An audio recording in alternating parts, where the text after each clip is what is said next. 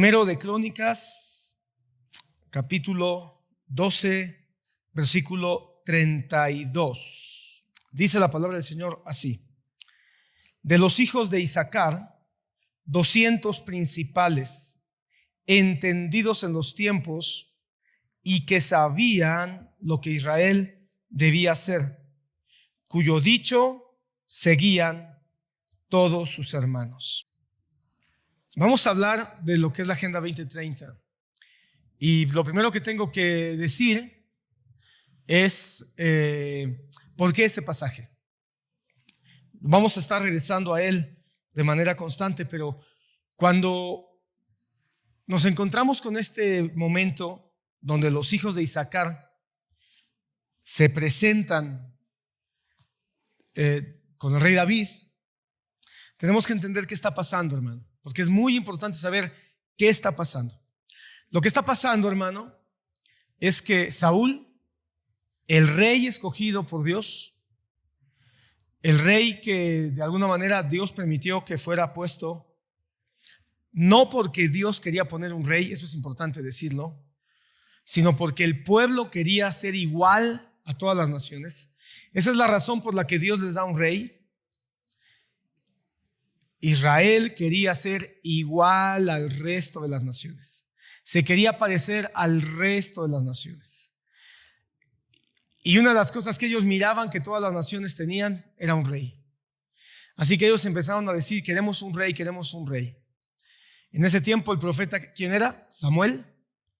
Y el profeta Samuel se duele su corazón cuando ve que el pueblo de Israel está pidiendo un rey. Y Dios le dice a Samuel: mira, Samuel, no te aflijas, no me están desechando a mí como Dios, no te están desechando a ti como profeta, me están desechando a mí. O siendo más claro, no desechan al profeta, desechan a Dios.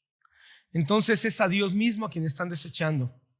Dios entonces permite que Saúl se convierta en el rey de Israel, pero con un plan, porque ese rey obviamente iba a ser una lección para el pueblo de Israel. Y conforme pasa el tiempo, el corazón de Saúl se va pervirtiendo, el corazón de Saúl se va llenando de soberbia, se va llenando de ambición, se va llenando de avaricia, se va llenando de hambre de poder, de idolatría, y entonces se vuelve loco.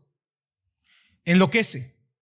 Y en esa locura, una de las cosas más graves que Saúl hace es volver su mano contra David. ¿Por qué es una de las cosas más graves que Saúl hace? Porque David era un hombre conforme al corazón de Dios. Porque David era un hombre que Dios había puesto su amor, había puesto su atención y a quien había escogido. Así que David era el escogido de Dios. Y Saúl se vuelve contra David, intenta destruir a David, comienza a perseguir a David y David tiene que salir huyendo. En ese contexto, hermano, obviamente Saúl, es importante mencionar esto rápidamente para que entiendas ahora que vamos a entrar a explicar un poquito algunas cosas sobre la Agenda 2030. Saúl, hermano, comienza a desarrollar un plan de crecimiento, de expansión, de guerras, comienza a invadir otras naciones, comienza a invadir otros pueblos, pero ya no bajo una dirección de Dios como al principio. Un momento crítico en el reinado de Saúl, quizá podemos decir el punto de quiebre en el reinado de Saúl, fue cuando Dios le dice a Saúl que destruya una ciudad y que acabe con todo, con hombres, con mujeres, con animales, con el rey. Y cuando Saúl invade esa nación, guarda lo mejor, dice que guarda lo mejor de los ganados y no mata al rey. Desobedece, en pocas palabras, a la voz de Dios que a través del profeta Samuel se estaba dando.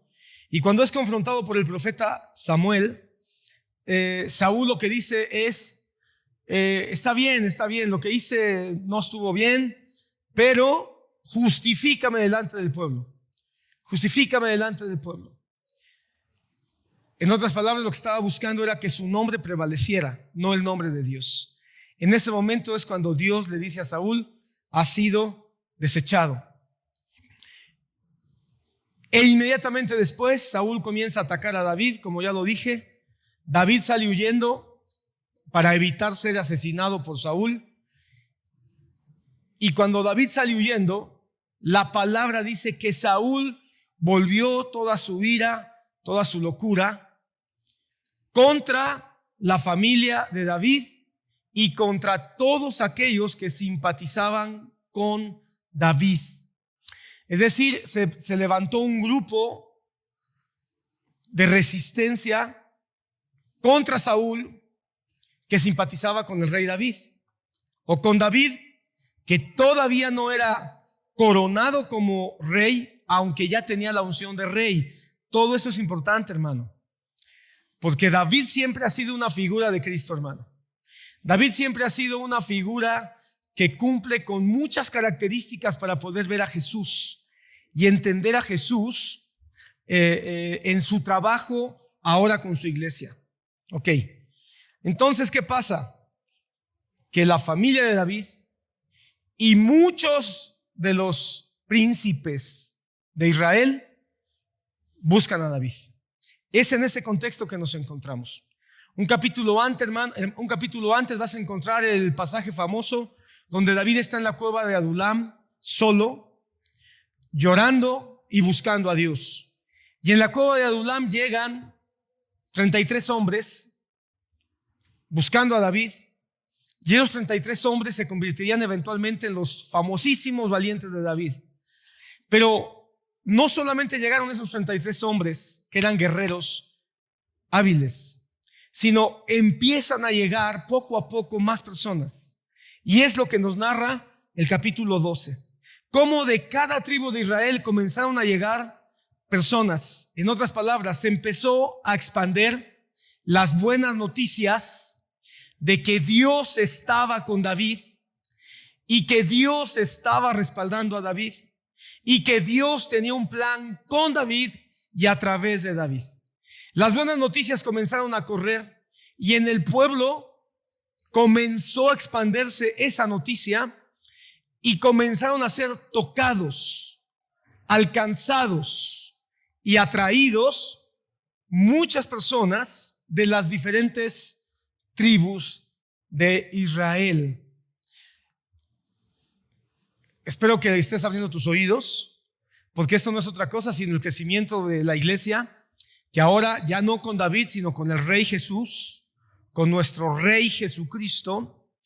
Esos 33 valientes que iniciaron, ya no eran 33, sino ahora 120 en el aposento alto.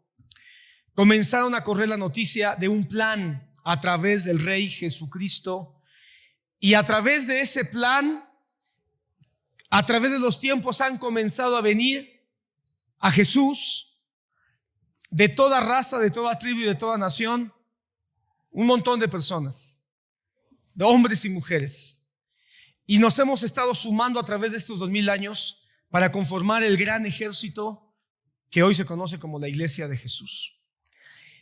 Y empieza a enlistar todos aquellos que se fueron añadiendo por nombre. Y empieza a dar, tú puedes leer ahí con calma, cómo se empiezan a añadir. Comienza a hablar los nombres, los números, de cómo se iban añadiendo de los diferentes príncipes de Israel, de las diferentes tribus de Israel. Y comienza a dar incluso características, habilidades, dones y talentos que estaban siendo repartidos en estos diferentes grupos.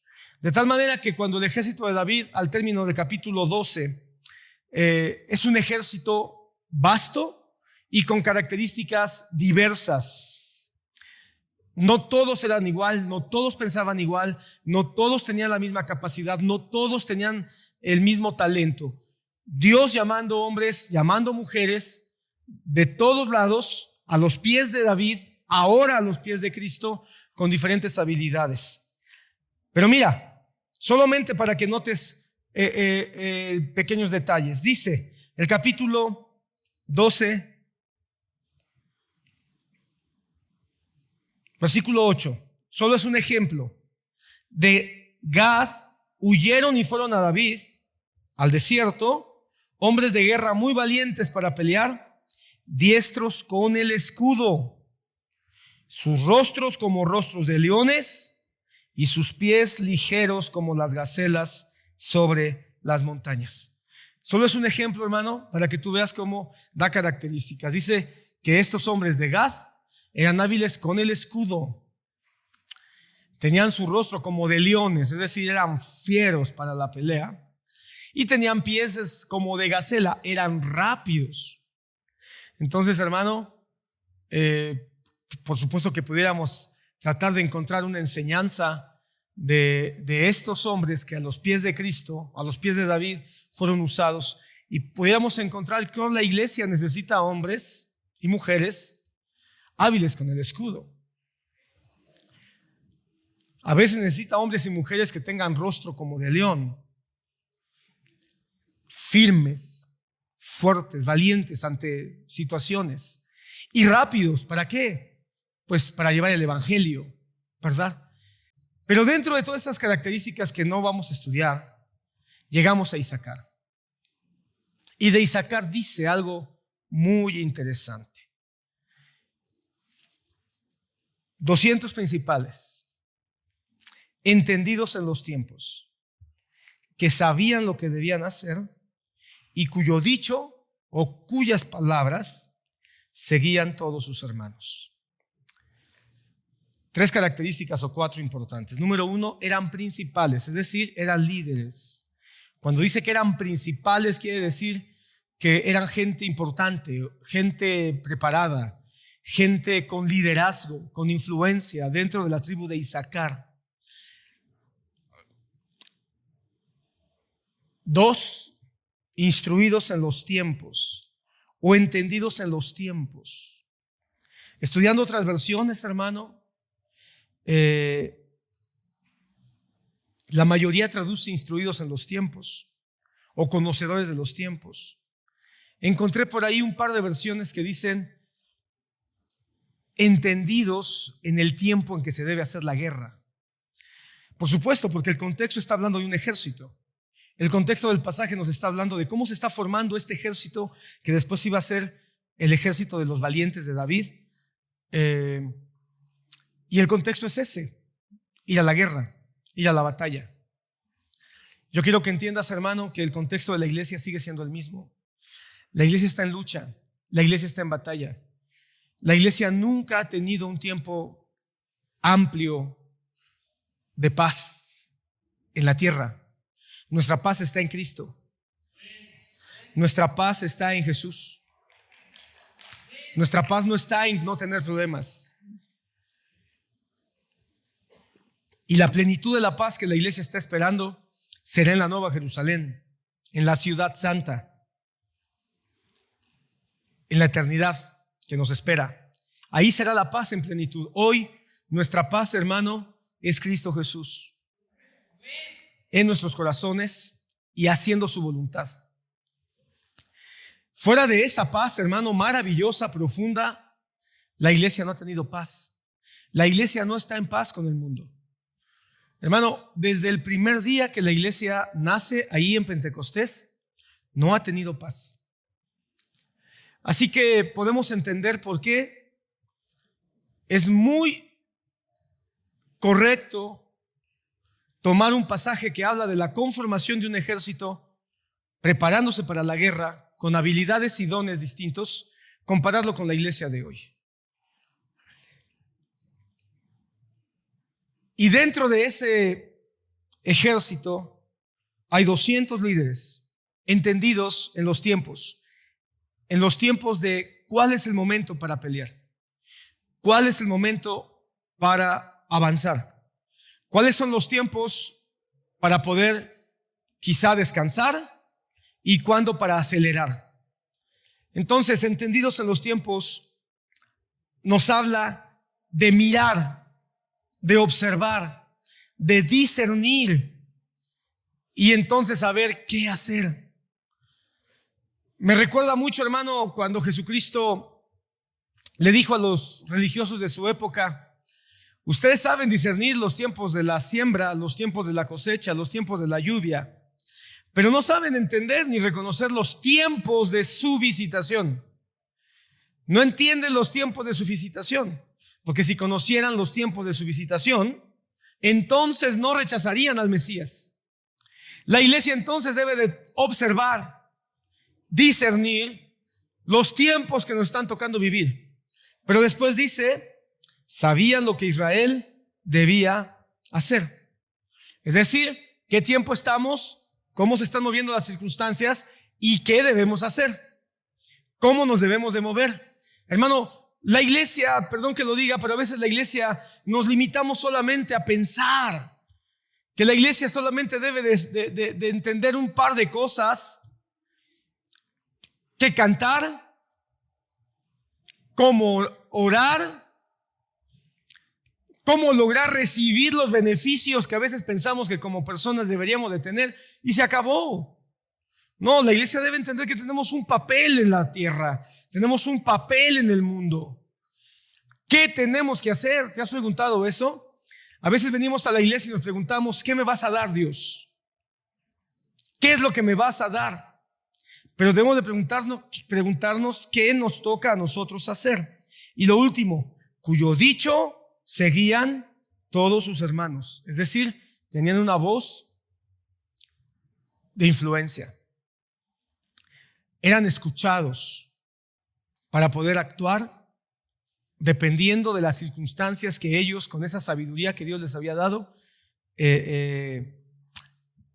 habían aprendido a discernir el tiempo en que se encontraban y el cómo hacer las cosas. Saúl, hermano, fue un anticristo que se levantó. Saúl fue un anticristo, hermano, que comenzó a perseguir a David, a la familia de David y a todos aquellos que estaban con David. Hoy, hermano, estamos viviendo tiempos donde el anticristo, como ya nos lo explicaron, en todos los tiempos de la historia de la iglesia siempre ha habido un mover de anticristo, siempre. Hoy no puede ser la excepción. Debemos de saber cuál es el anticristo. Debemos discernir cuál es el mover y el plan del anticristo que en los tiempos que nos han tocado se están desarrollando. Debemos nosotros levantarnos también y pedir al Espíritu Santo que nos ayude a discernir los tiempos. ¿Cuál es el plan del anticristo? ¿Cuáles son las estrategias del anticristo? ¿Y cuál es el papel de la iglesia contra las acechanzas del anticristo en el tiempo que nos ha tocado mover? ¿Y cuál es la voz que tenemos que levantar para poder enfrentar ese mover del anticristo que en nuestro tiempo se está moviendo? El anticristo siempre ha querido frenar a la iglesia, estorbar el plan de Dios y controlar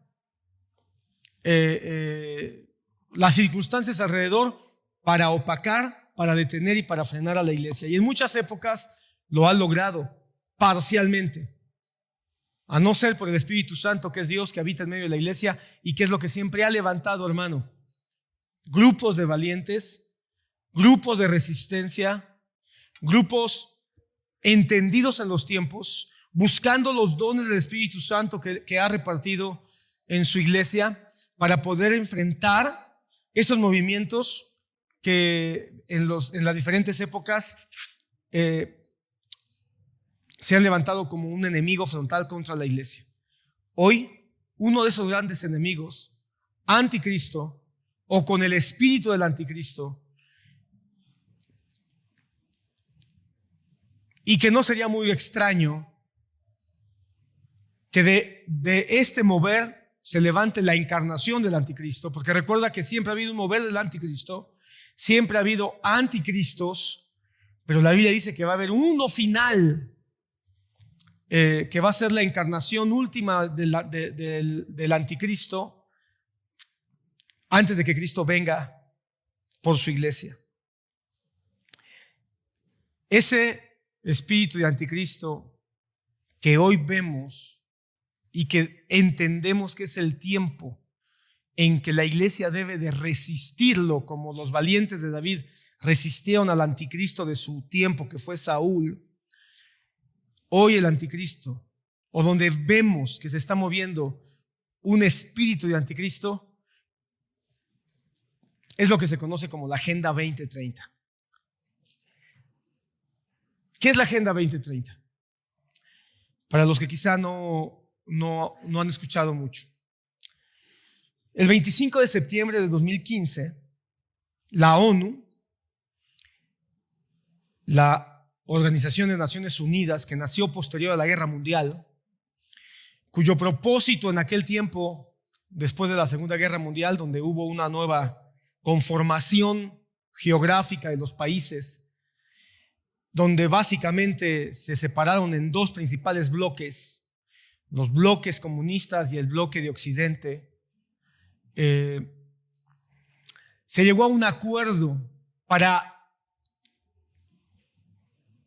en base a ese acuerdo, evitar una tercera guerra mundial. Ya habían sufrido la primera gran guerra, pensaban que no iba a ocurrir otra vez, sin embargo, muy poco tiempo duró el gusto y vino esa gran Segunda Guerra Mundial con millones y millones de víctimas. Y entonces dijeron, tenemos que hacer algo, porque si no nos ponemos de acuerdo y tratamos de, a pesar de nuestras diferencias que tengamos políticas o económicas, llegar a un acuerdo, estamos en el borde de una tercera guerra mundial. Y obviamente, hermano, el monstruo de la bomba atómica fue lo que también movió a que se hiciera algo antes de que se volviera a apretar el botón y pues se acabara con la humanidad. Y la ONU surge como un árbitro donde todas las naciones iban a participar para tratar de evitar o de frenar o de arreglar o de mediar conflictos bélicos que se pudieran presentar en el futuro. Así nace la ONU. Y aunque hubo algunos conflictos armados posteriores, Corea, Vietnam, en tiempos más recientes, Afganistán, la ONU trató de que no se extendiera. Parecía una buena intención. Creo que podemos estar todos totalmente de acuerdo que eso era necesario. Pero conforme fueron pasando los años, hermano, la ONU fue invadiendo y absorbiendo situaciones mundiales de gobiernos, tomando atribuciones pertinentes a la conformación de todos los países, de todas las naciones, que poco a poco, hay que decirlo, se fueron agregando a esta gran organización. La realidad, hermanos, es que son muy pocas las naciones que no están representadas en la ONU, pero se comenzó a tomar atribuciones.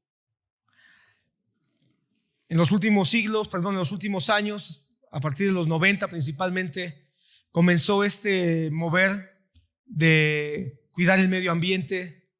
Esta voz empezó a levantar de que el mundo, a causa del calentamiento global, a causa de la deforestación, a causa del abuso que el hombre ha hecho de la tierra, se está encaminando a su exterminio, a su destrucción.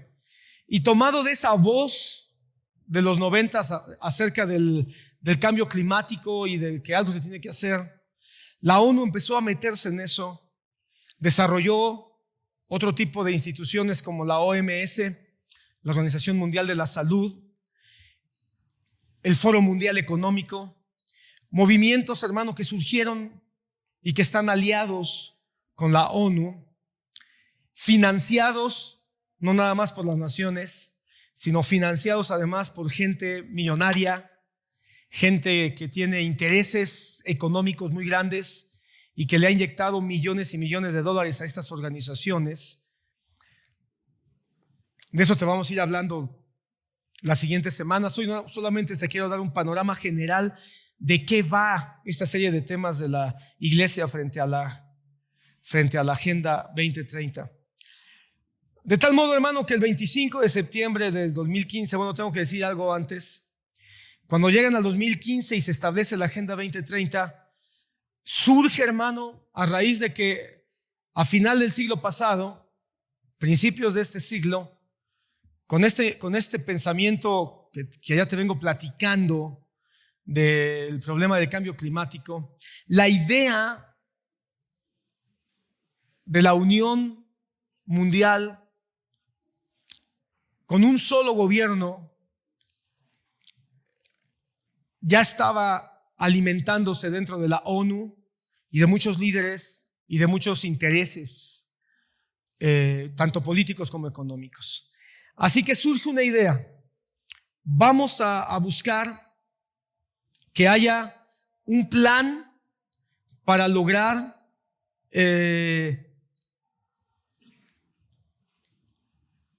un cambio o un freno al deterioro climático, y que esto se alcance para el 2015. El deterioro climático, el fin de la pobreza y la paz del mundo. Cuando llegue el 2015 no se había logrado realmente mucho, y el 25 de septiembre de 2015, en el marco del Foro Mundial de Economía en Davos, se dio a conocer un documento muy peligroso. Un documento, hermano, que fue exaltado por todas las naciones, un documento que fue firmado prácticamente por todas las naciones pertenecientes a la ONU, a excepción de 20 países que no firmaron este documento, y que fue conocido como la Agenda 2030 para el desarrollo sostenible. Para el desarrollo sostenible. Esta palabra sostenible, hermano, que se ha usado ya como una especie de bandera. Cada vez que escuchamos hoy sostenible, pensamos por automático que es algo bueno. Porque si es sostenible, entonces tiene fuerza en sí mismo. Esa es la idea que nos transmite. Pero hay que poner mucho cuidado con el concepto de sostenible o de autosostenible, porque hay que mirar quién lo sostiene, cómo lo sostienen y para qué lo quieren sostener. Bueno, para entender bien, verlo bien, solamente te voy a decir una definición que viene en este documento escrito por las Naciones Unidas. En uno de sus enunciados dice que la Agenda 2030 para el Desarrollo Sostenible es un plan de acción a favor de las personas, el planeta y la prosperidad, que también tiene como intención fortalecer la paz universal y el acceso a la justicia. Suena fabuloso. Nadie puede negar que todos queremos esto. Vuelvo a repetir: a favor de las personas, a favor del planeta, la prosperidad, la intención de fortalecer la paz universal y el acceso a la justicia. Su propósito entonces es transformar el mundo como lo conocemos. Su propósito es que antes de que llegue el 2030 o el 2030 como meta, como no funcionó para el 2015, entonces ampliaron la meta, y en el 2030 lo que están pretendiendo es que el mundo llegue a un nuevo orden mundial. Un nuevo orden mundial. Una nueva concepción de vida. Una nueva concepción de cómo hacer las cosas. Una nueva concepción de cómo entender la interacción entre todas las personas del mundo. Una meta globalista. Es decir, un solo gobierno. Una sola moneda. Una sola religión. Estas son tres de las cosas, hermano, que tú vas a encontrar en los detalles que la Agenda 2030 está manejando. Un solo gobierno, una sola moneda y una sola religión. Eso te debería de asustar a ti mucho, a ti más que a cualquiera, porque tú no eres un ignorante de la palabra de Dios.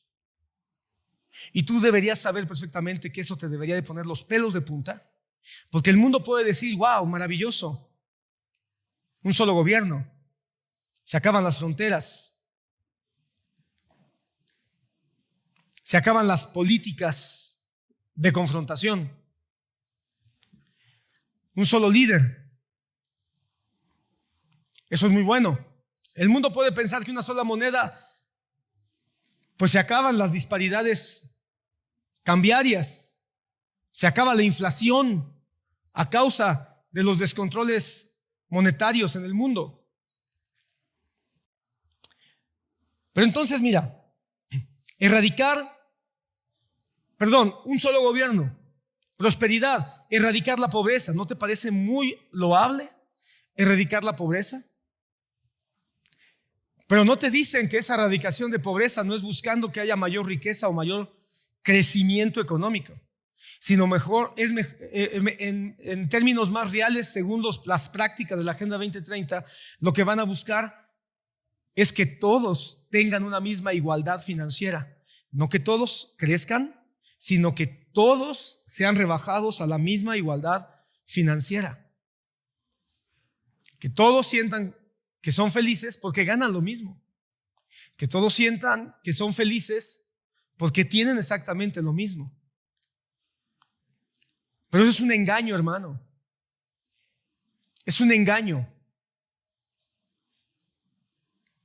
Porque no se habla acerca de que hay gente con grandes capitales que lo que está buscando es que haya millones y millones de personas que sientan que no están en la pobreza,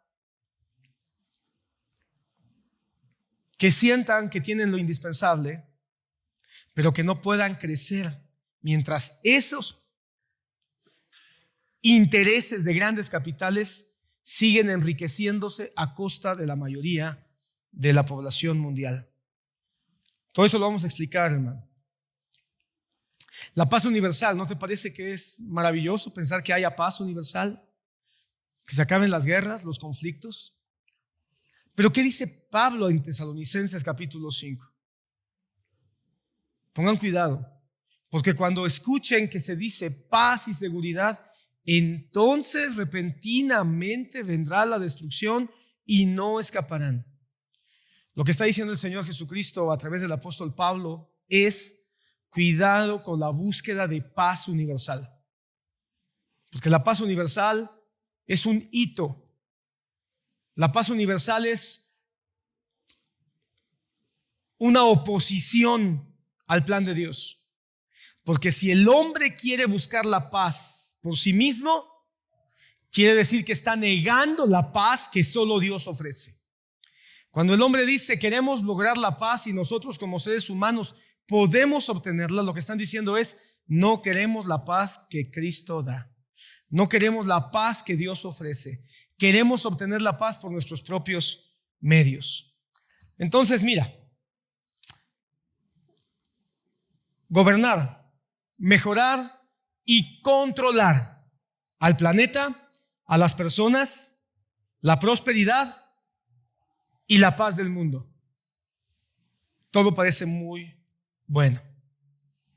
Para lograr esto, hermano, la Agenda Mundial 2030 propone 17 objetivos de desarrollo sostenible. Fin de la pobreza, hambre cero, salud y bienestar para todos, educación de calidad, igualdad de género, agua limpia para todos, energía renovable y limpia, trabajo decente y crecimiento económico, industria e innovación de infraestructura, reducción de desigualdad, ciudades y comunidades sostenibles, producción y consumo responsable, acción por el clima, vida submarina, vida de ecosistemas terrestres, paz, justicia e instituciones sólidas y alianzas para lograr los objetivos. Ahí está. El 17 es lo que está diciendo detrás de ese pequeño enunciado: es un gobierno mundial. Un solo gobierno, un solo líder, una sola política a nivel global. Cada una de estas puntos, hermanos, lo vamos a estar viendo con detalle durante las próximas semanas. Y vamos a ver, hermano, qué es lo que dice la Agenda 2030 y qué es lo que no nos están diciendo. ¿Qué es lo que dicen sus objetivos tan bonitos, tan en apariencia todo mundo quiere acceder a eso, hermano? Esto es una buena campaña de un candidato político, hermano, ¿verdad? Pero como todo en la política, porque al final eso tiene una gran carga política, hay algo atrás que no nos están diciendo. Hermano, yo creo que el Dr. House, saben todos de quién estoy hablando, ¿verdad? Yo creo que él tiene la boca llena de razón, aunque es un personaje ficticio, tiene la boca llena de razón en algo. Todos mienten. Si te recuerdas, esa era su máxima, esa era su filosofía de vida. Cuando se enfrentaba con un paciente, hermano, le preguntaba a ver qué pasó, qué sucedió, ok. Y cuando salía de la habitación decía, está mintiendo. Porque siempre hay algo, hermano, que no nos están diciendo. Siempre hay algo. Y que no nos lo van a decir, hermano, porque saben que si nos lo dicen, se puede descubrir lo inmoral, se puede descubrir la falta de ética y se puede descubrir el corazón lleno de orgullo, de soberbia y lleno de egoísmo. Así que yo te puedo garantizar que esta agenda, solo por el simple hecho de que tiene una enorme carga política, nos están mintiendo. Todos mentimos, pero si hay alguien que los entrenan sistemáticamente para mentir, es a los políticos. Y esto tiene una gran carga política. Así que hay un montón de mentiras y hay un montón de puntos de letras chiquitas que no nos están diciendo, porque son 17 objetivos y 169 pasos o planes para lograrlo. 169. Bueno, pues en esos 169 planes o pasos es donde está escondido, hermano, la verdadera esencia de sus propósitos. Los vamos a ver. Vamos a tratar de descubrir cómo y sacar los tiempos de lo que está pasando, lo que no nos están diciendo, y ver cuál es la estrategia de guerra que ellos están planeando para que nosotros podamos presentar delante de Dios nuestras vidas y pedir su ayuda para que nos guíe cuál es la estrategia de guerra que yo debo de seguir. Porque si yo conozco al enemigo, entonces voy a saber qué debo de hacer yo. No podemos enfrentar al enemigo si no lo conocemos.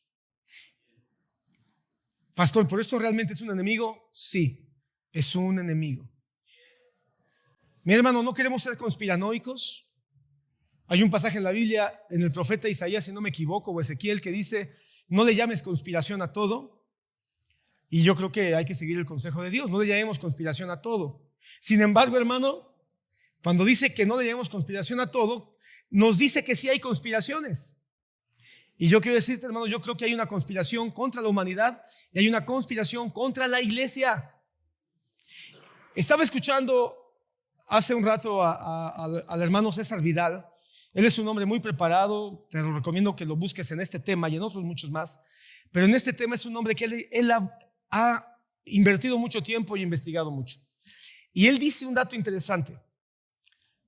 En el 2019, en Colombia, en el marco de avanzar con esta Agenda 2030, de lograr fortalecerla, uno de sus objetivos, o uno de sus objetivos, es la igualdad de género. Así que la mentalidad o el propósito de la Agenda 2030 y los que están financiándola y los que están detrás, está a impulsar la igualdad de género.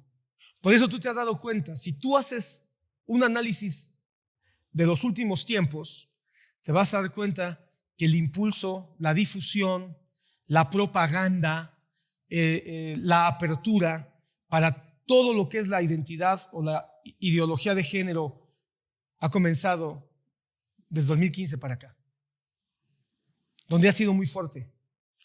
Hollywood, las películas, las series, las marcas, los productos, la política, la educación y hasta las iglesias se han abierto a esta invasión de ideología de género. Bueno, en el 2019, el movimiento LGTB se reunió en Colombia y se dieron cuenta, hermano, que había dos grandes enemigos que estaba frenando el objetivo de la igualdad de género de manera central en América Latina. Uno de ellos es la familia y el otro es la iglesia.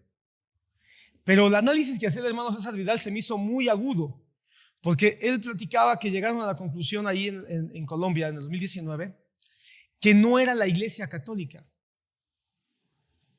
No era la iglesia como concepto de cristianismo así general, sino específicamente la iglesia evangélica. Porque la iglesia católica tiene una estructura jerárquica donde hay un líder.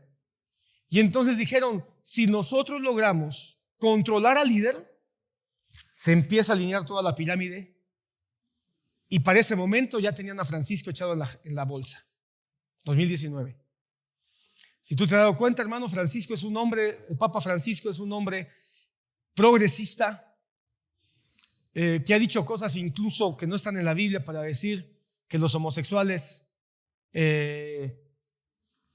y todo el movimiento lésbico gay no tiene que preocuparse, son nuestros hermanos. Y yo creo, hay que hablar muy bien, hay que separar al homosexual que está buscando a Dios y que Dios lo puede perdonar como a cualquier otro pecador, y hay que separarlo de la ideología lésbico-gay que se está infiltrando incluso en las iglesias. Pero el punto, hermano, es que llegaron a la conclusión que la iglesia cristiana evangélica no tiene una cabeza visible. Somos iglesias, congregaciones que nos unimos por la Biblia es nuestra autoridad, pero ¿cómo se controla un ente que no tiene una cabeza visible, que pueda ser corrompida, que pueda ser controlada? ¿Cómo se controla un ente cuya cabeza no se le pueden llegar con portafolios llenos de dólares para corromperlo y que entonces tire línea de lo que se debe de hacer o no hacer? ¿Cómo pueden corromper a Cristo, pues? Entonces llegaron a la conclusión que tienen que ir contra la familia y tienen que ir contra la iglesia. Y tienen que ver de qué manera frenan el avance de la iglesia evangélica en Latinoamérica. Y nosotros, hermano, como cristianos, nosotros no podemos ser como muchos que dicen, es que ¿quién lo dijo? Lo dijo la OMS. No, nuestra máxima autoridad no es la OMS.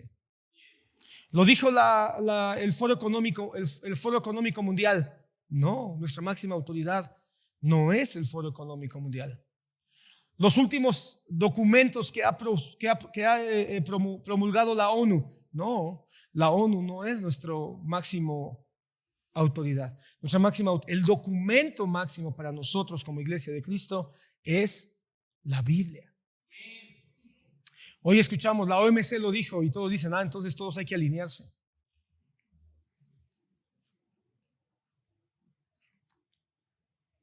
La OMS hizo un asunto con la pandemia, hermano, de control increíble. Todo el mundo se ajustó a la OMS en el control de pandemias. Y hoy están empezando a salir errores, manipulaciones. Pon cuidado con lo que dice la ONU. Pon cuidado con lo que dice la OMS. Pon cuidado con lo que dice el Foro Mundial de Economía.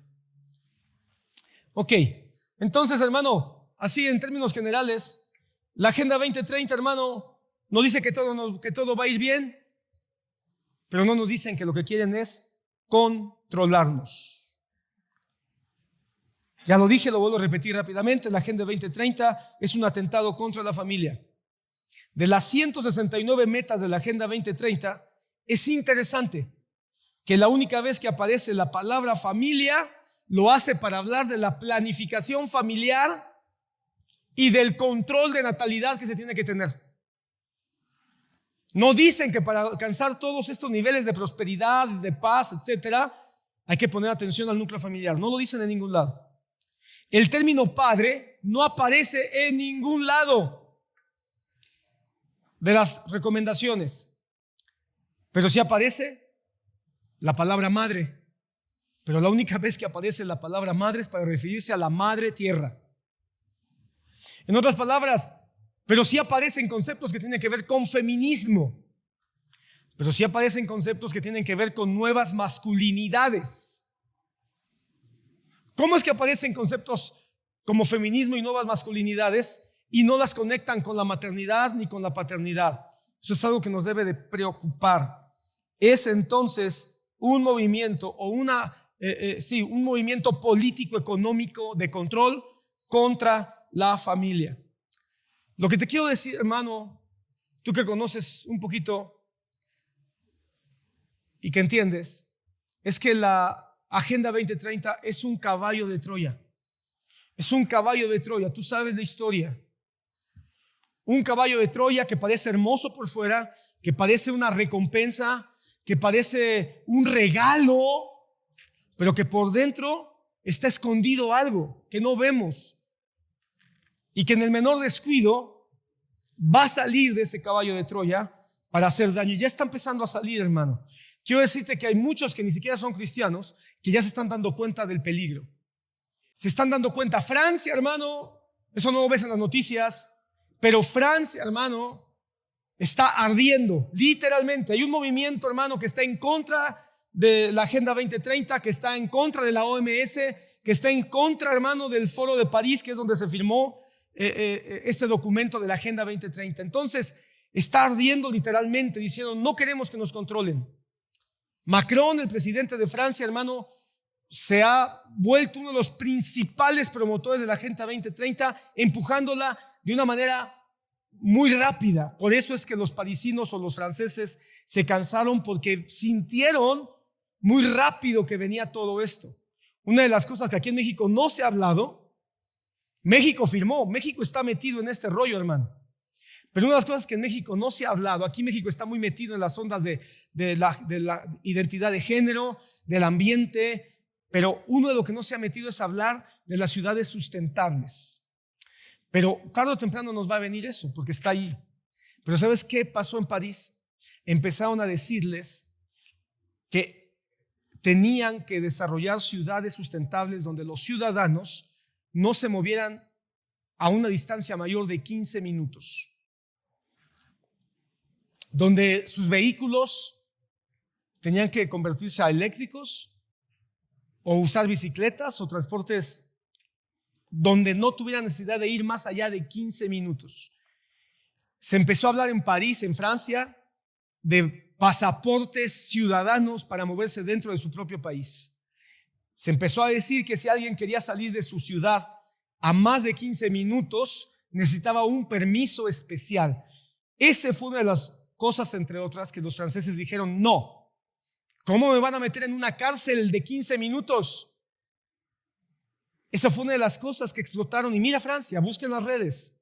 Otros países, hermano, como Bélgica, ya comenzaron también a manifestaciones, decir, no queremos el control de un gobierno globalista capitaneado por la Agenda 2030. Entonces es un caballo de Troya, donde un complot de fuerzas oscuras, satánicas, diabólicas, se están aliando para tratar de imponerle a la humanidad, hermano, valores, estilos, políticas y costumbres que son para el beneficio de unos pocos, pero para el control de las mayorías. Y lo más terrible, atentan, golpean la tradición cristiana, la tradición evangélica, la esencia de lo que Dios nos ha dicho en su palabra.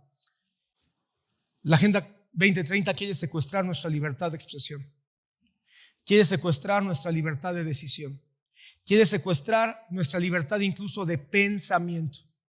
La policía del pensamiento, de la que Orson Welles escribe en el 45, en su libro 1984, pareciera que es una realidad ya posible. ¿Cómo te explicas que otro de los títeres de la Agenda 2030, el presidente de Canadá,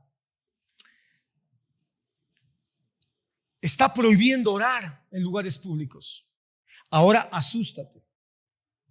Se han llevado a la cárcel en Canadá a personas que han estado orando en silencio afuera de clínicas abortistas. Ni siquiera están orando en voz alta, ni siquiera son números. Se llevó a la cárcel a una mujer que estaba afuera de una clínica abortista y estaba en silencio, con los ojos cerrados. Llegó la policía y dijo, ¿qué está haciendo? Y le dijo, estoy orando nos vamos a llevar a la cárcel, pero estoy orando en silencio. No importa, usted no puede orar. Y se llevaron a la cárcel. Mismo en Canadá, hermano, no sé si fue en Canadá o en Inglaterra, un joven que sus profesores, hablando acerca de la ideología de género, se le ocurrió decir a este joven que él no cree eso, que él cree lo que la Biblia dice, que solo hay dos sexos, hombre y mujer. A ese joven se lo llevaron a la cárcel por defender sus convicciones en un salón de clases. Todo esto auspiciado por la Agenda 2030. La Agenda 2030, entonces, hermano, es un caramelo envenenado.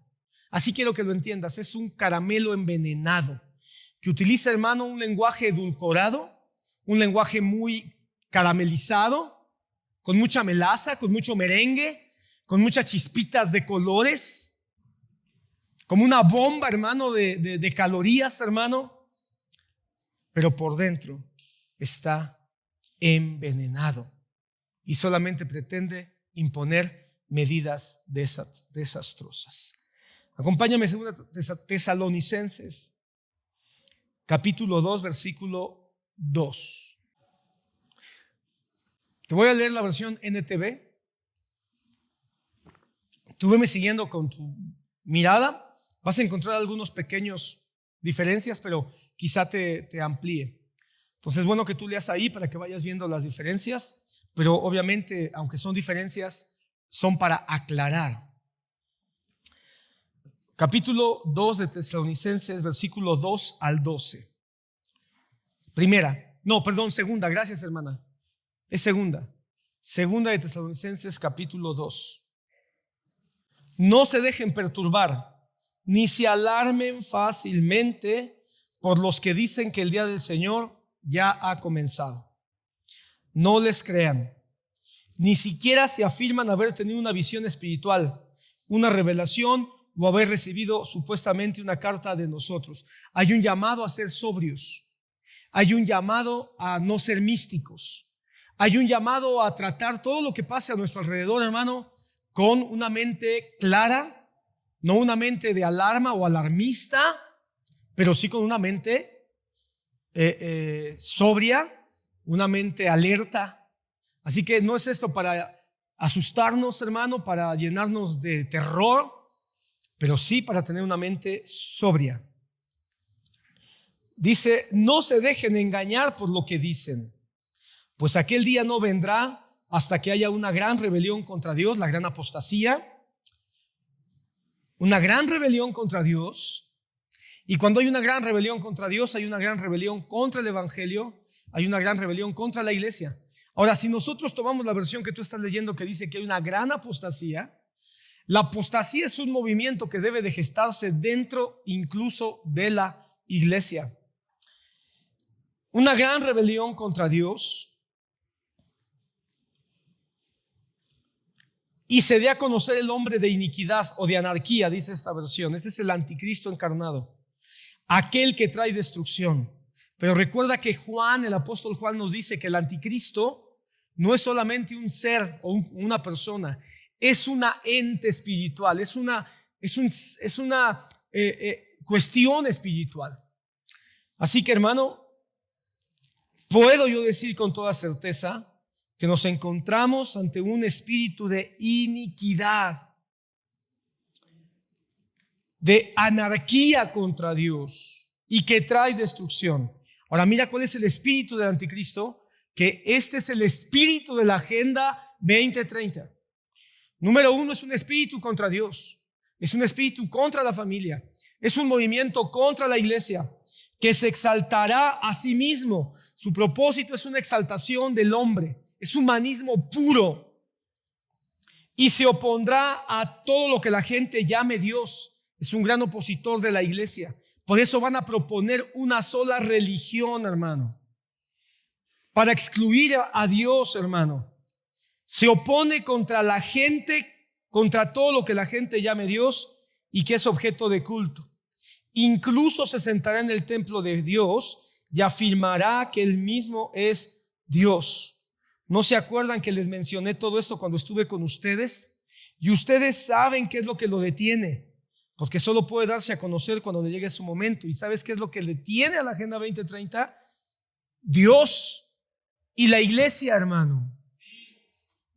Pues esa anarquía o apostasía ya está en marcha en forma secreta y permanecerá secreta hasta que el que la detiene se quite de en medio.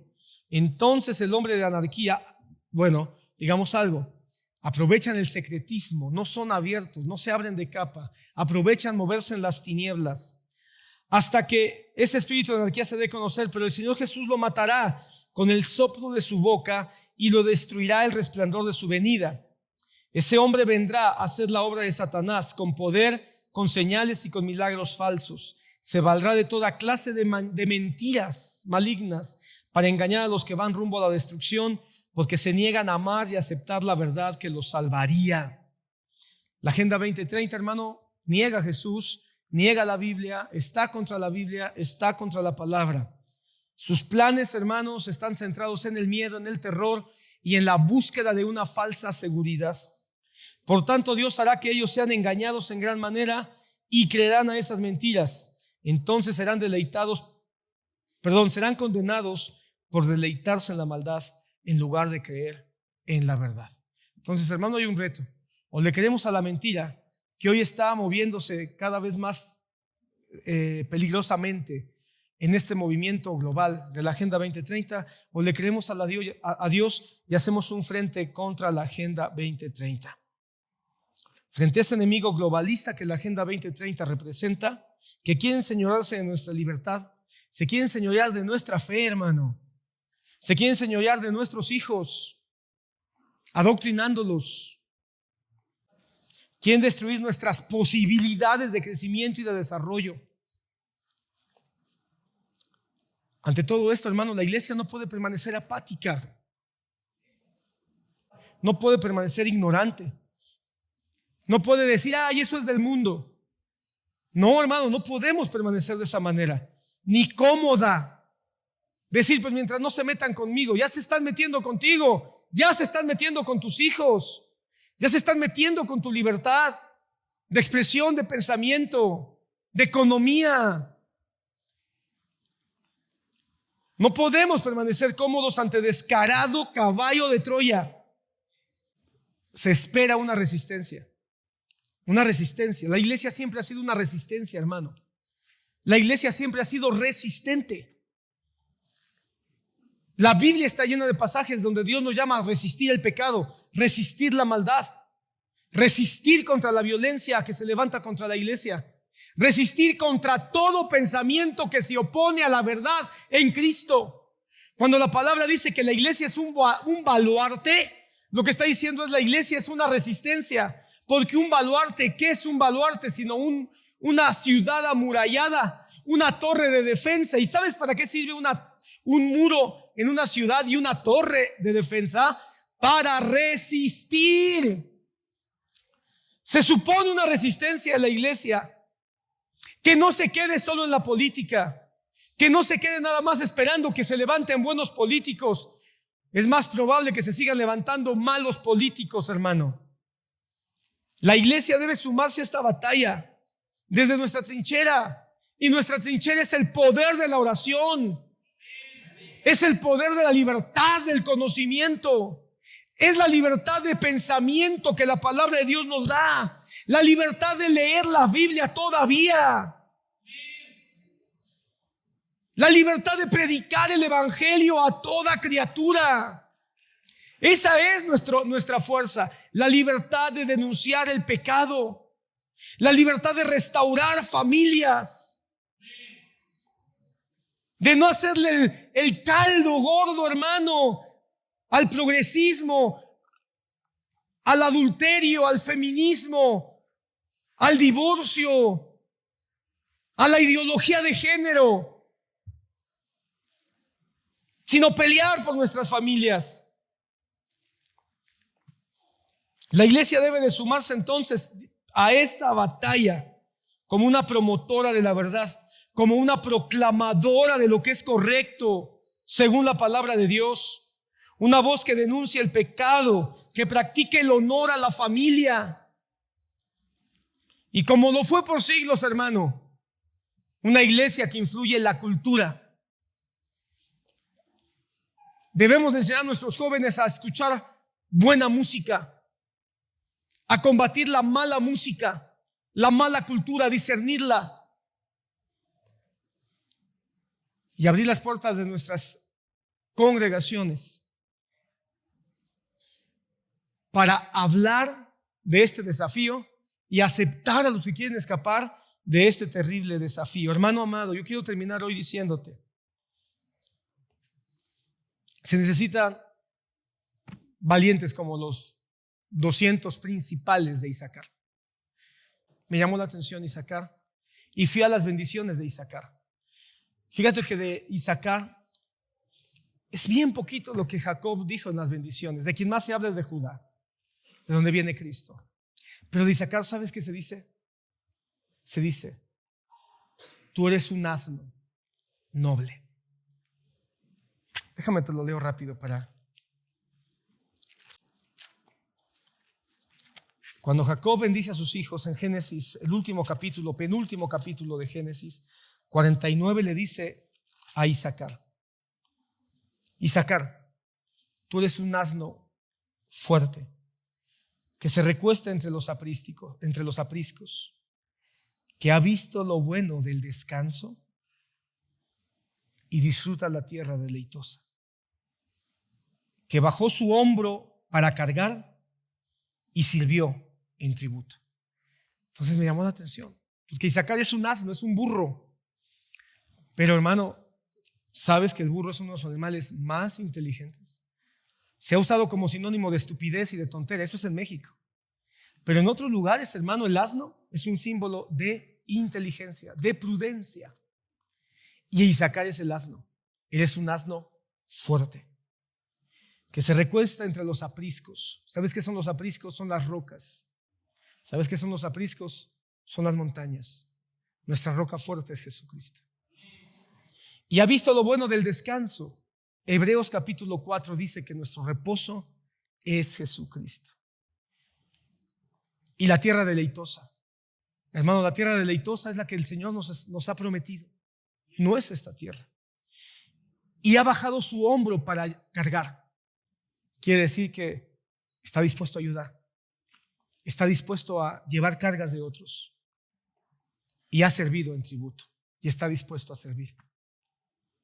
¿Quién discierne los tiempos? Isaacar. El que su descanso es Dios. El que se deleita en las promesas de Dios. Y el que está dispuesto a llevar las cargas de otros y a servir a los que necesitan. Los hijos de Isaacar están escondidos hoy en la iglesia. Es mi oración que se levanten los hijos de Isaacar que disciernan los tiempos. Que vean los tiempos peligrosos que estamos viviendo, tiempos de guerra, tiempos de lucha, tiempos de no claudicar, tiempos de no acomodarse. Y establezcamos un plan para resistir. Orando por la familia, defendiendo a la familia, conociendo su palabra, congregándonos más que nunca, defendiendo el derecho a congregarnos más que nunca, hermano. Teniendo una identidad con la Iglesia Universal, basta ya de sectarismos evangélicos. Discerniendo quiénes no son cristianos porque han negado la fe en Cristo Jesús, pero entendiendo quiénes sí son parte de nuestro pueblo, aunque tengamos algunas diferencias que no son fundamentales para la salvación. Dejándonos ya de decir esos son metodistas, bautistas, anglicanos, pentecostales, son nuestros hermanos. Y entendiendo que somos parte de una comunidad de fe, aunque tengamos pequeñas diferencias. Defendiendo nuestra iglesia local, identificándonos con ella, sirviendo ahí, ayudando ahí, para no rendirnos ante las ideologías de la Agenda 2030.